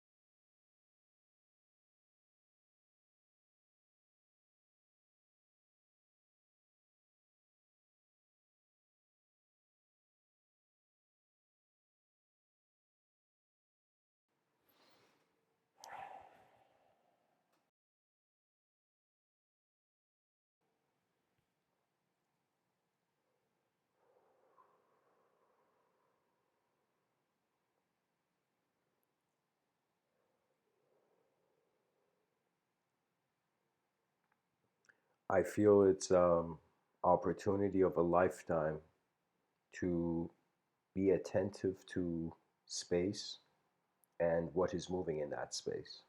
And the study of knowledge is ultimately the attention to movement and how phenomenology moves. So you can say if the rational approach aims to see first exactly what is there, then contemplate. So it's kind of like scientists want to have a stable objectivity and then subjectify reality.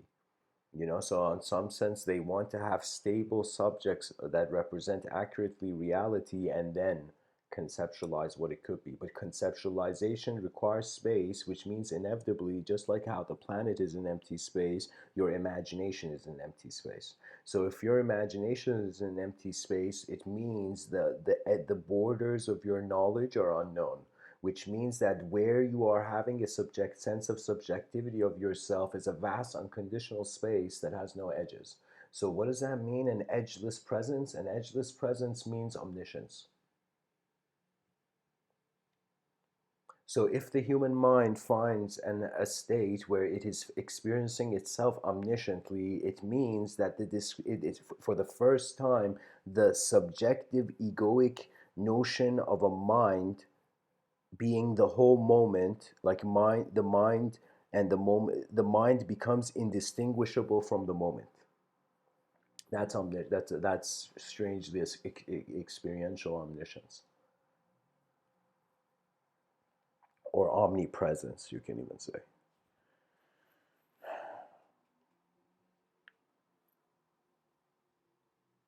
I remember hearing, I don't know who said this, but there was a person who said something. Uh, Recently, I saw the YouTube channel of this person named Jason Silva, and he was talking about, like he was being interviewed, and he was talking about how this guy had, so I don't remember who he was referring to, but he said there was this person who, what did he say? He said there was this person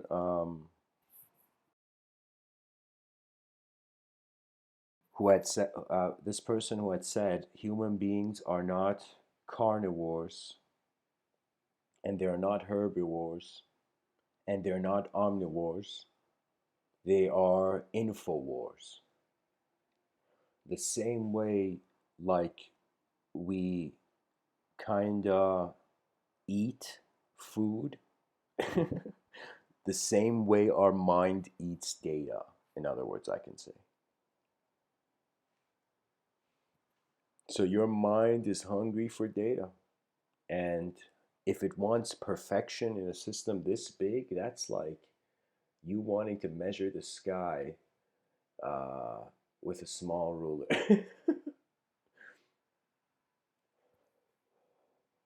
I want to share this Zen story.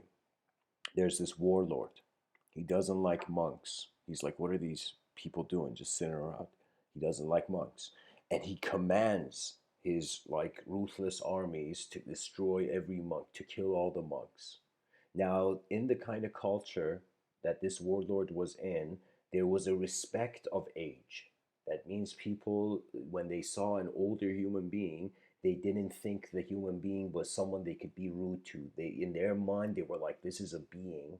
This is a being that has lived longer on this earth. That means they are old. They have been in the system longer. So it's as if their minds have a sort of stranger value. You know."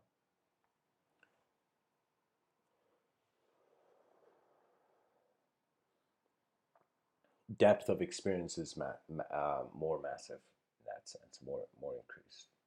The more you live in, you run laps around the sun, the more your mind is learning to.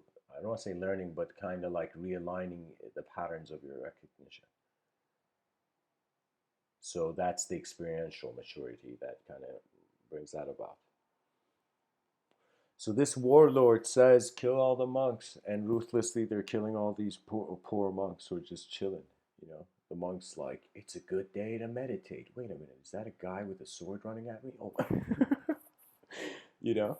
So what happens is the warlord reaches a town where suddenly one of his generals comes and says, we have a problem.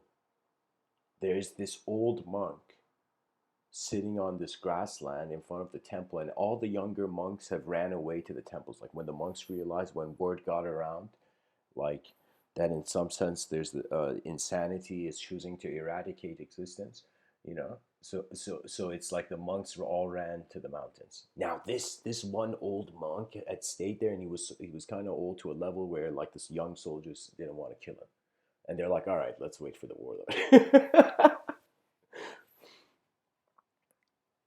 So the general comes and says the situation, and the warlord, this rage. And let me tell you, a warlord has a chaotic archetype, is a person with a chaotic archetype. That means they're identifying with the validity of chaos.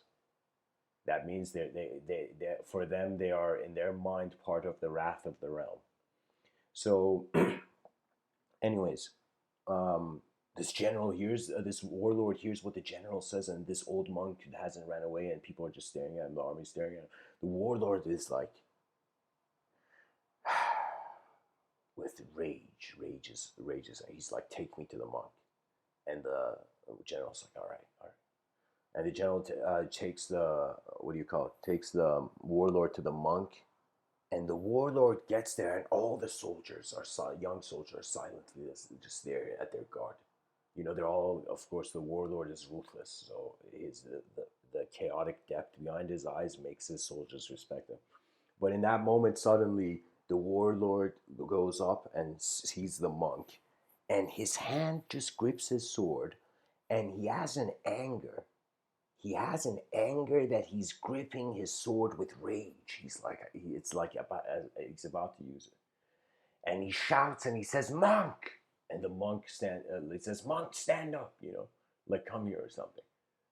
The old monk opens his eyes, looks at the situation, and stands up. And he comes to the warlord. The warlord looks at him and shouts as if in that moment he is God. He is acting like he's the god of that moment. And he says, "Monk, do you know who I am?" And with utter hatred, he says, "I can have my sword in your stomach in an instant." And remember, guys, this is a story from back in the day. The Zen master is like, "Whoa, this is a story from back in the day." Too soon to break the fourth wall. The Zen master looks at the warlord, the sage, the monk. He looks at him and he says, "Do you know who I am? I can have your sword in my stomach in an instant." And he smiles. It's like the last breath of order was a smile at the chaos. And the chaos suddenly sees this being is not afraid of matter. And then the unknown dimensions of the warlord, his conscious, makes him go into a paralysis in that moment. It's like he can't kill the monk, because even if he does, he doesn't win. He realizes the value of the inner dimensions. And I think at that point, the monk's like, "Don't do this, kid."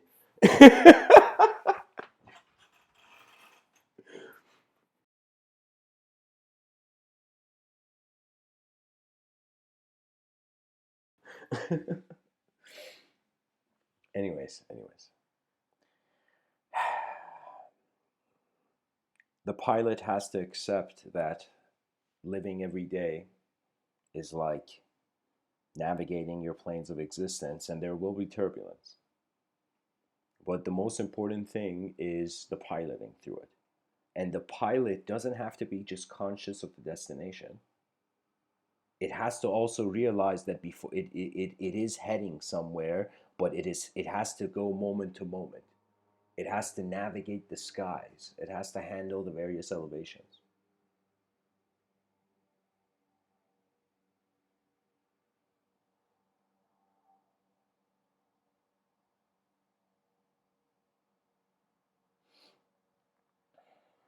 I found myself fascinated when I saw this nature documentary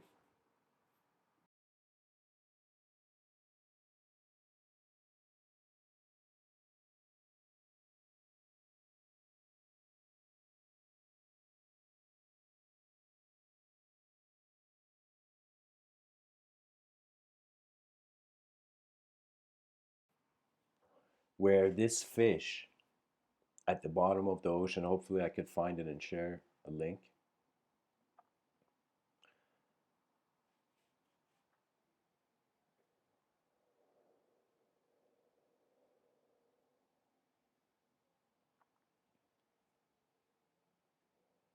This fish, in order to attract mates, like the game it runs, is that it makes the, what do you call it?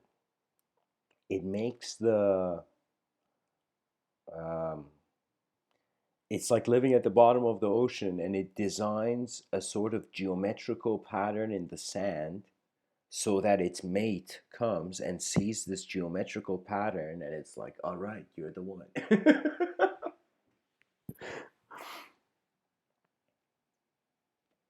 It's like a Trinity and Neo moment.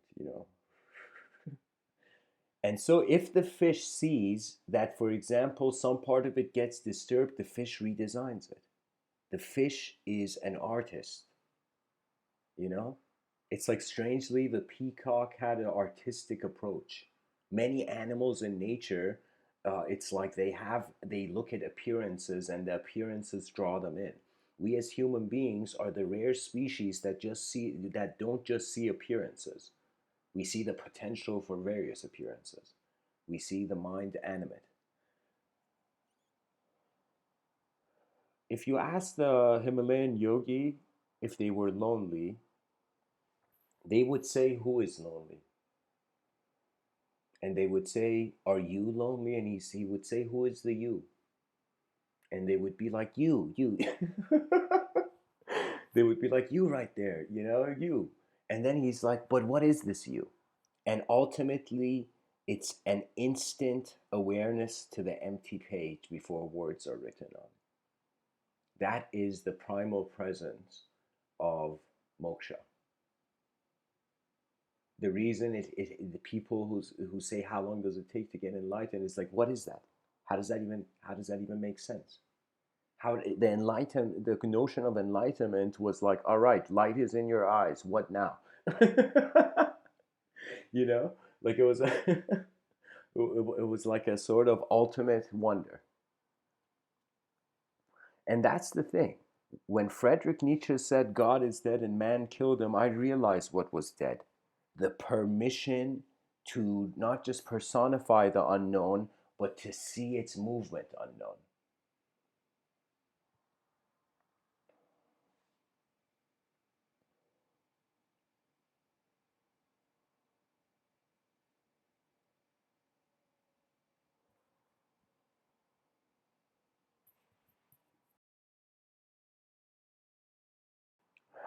Sorry, guys, I need to. Um, actually, I think I should end the talk here. So I'll say a little bit more and then I'll end it.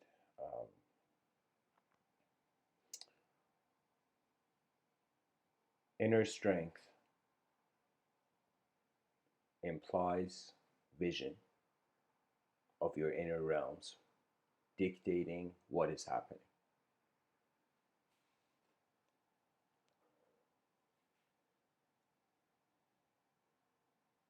When you care for what is alive, you must also care for its unknown potential. And that unknown potential is where the vision of an advanced civilization emerges from.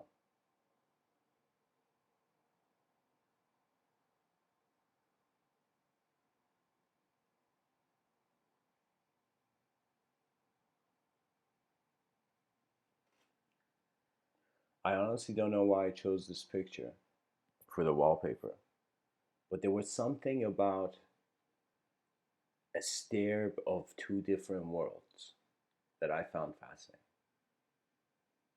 And I am saying this, as much as we have biological sight, we also have inner vision. And the inner vision is not being engaged by the educational system because the intellectual position is trying to treat the subject like an object, so it has to keep the subject the same, you know? It's like it's like a percentage of our experience of the day is arbitrary. It's abstract. And we are now reaching a point as a civilization where I say beyond the normal kind it's like we were creatures that became aware of objects, we became aware of subjects. Now I feel it's geometrical rhythms. It's the mystery of living geometry behind the eyes of man. We are becoming responsible. It's like, check it out. It's like if we consider the inner realm, the subjective realms, to be a copy paste of the objective realm. So it means your mind is extracting a self out of the world it sees. So it means subjectively it is being the world first, then extracting selfhood. So it means that your mind is being the whole world right now, or the whole sphere of its endless awareness, as far as the proximity of its awareness.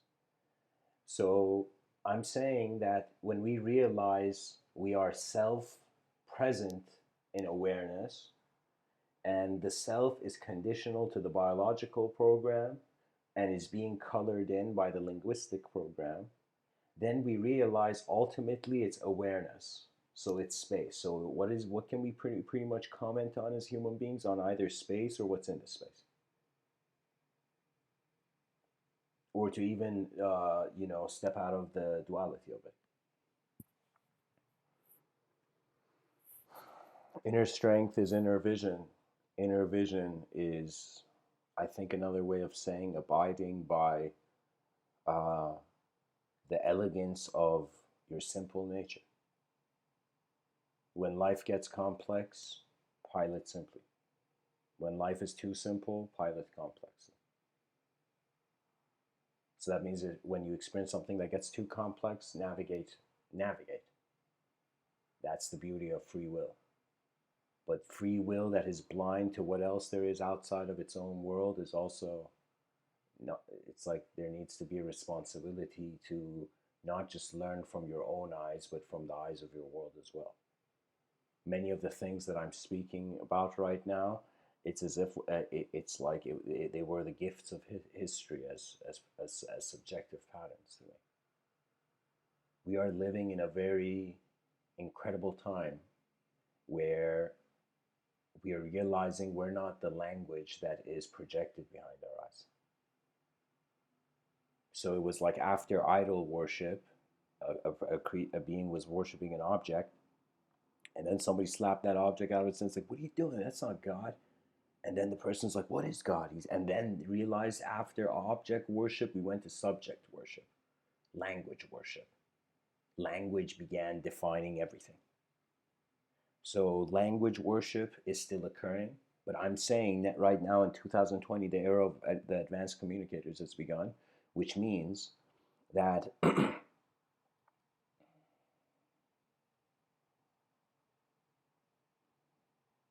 to think that you're a thought was the illusion. When the unknown presence of experience and its ability to sculpt the moment is there, that means the sculptor's hand is not the sculpture. If you have a belief on yourself, that is not the sculptor's hand. So I think that's the cool thing. It's like we start off as just solo in our inner realms, and it's the privilege of being part of a civilization that makes us recalibrate that inner realm and kind of learn from the outer. In certain shamanic cultures, Amazonian cultures, I believe they had this kind of strange attitude where they would, it was weird. I don't know, like for when I first saw it, it struck me as strange, but I kind of got a sense of why they would have done that. And what it was is they would not let, they would, the child, like when he was born, it was kept in darkness. The child was kept in darkness. That means in a dark cave, completely pitch black cave. And the child lived in that darkness, you know. I don't know if it was completely pitch black, but the child lived in darkness and it didn't see the light of the world for 18 years. After the child was 18, then it was like allowed to go outside into the world. And I thought, why? I was like at first like, why? Like, what if that kid's not getting enough sunlight? You know, like what is this? And then I realized, okay, they wanted the child to enter the world with being grateful for the presence of the world. In that way, it made sense to me what they did, but in every other way, it didn't make sense. So, so linguistic truths tend to have certain angles of validity, but it doesn't mean they're valid in all angles. You know, it doesn't mean one person says something and every 8 billion people are gonna agree. You know, it's like too many people. You know, too many unique minds. Sometimes it's like just decent tolerance, as Bertrand Russell said. You know, that what it's like they asked him what advice would he give to the future generations, and Bertrand said a kind of moral advice that be tolerant and let there be charity, something like that. Be charitable and tolerant. Why? Because without it, there is no one there. Life becomes uh, just, I don't know how to say it. It's strange. It's like the value of the mind is not just in its singular reality. The unknown is kind of like how I've said before, the soul is like the unknown variable in the mathematical equation.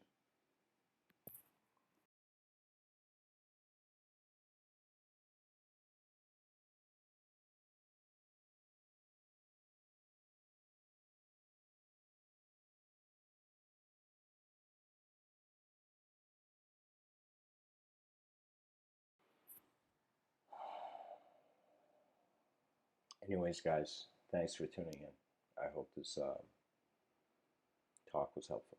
Blessings.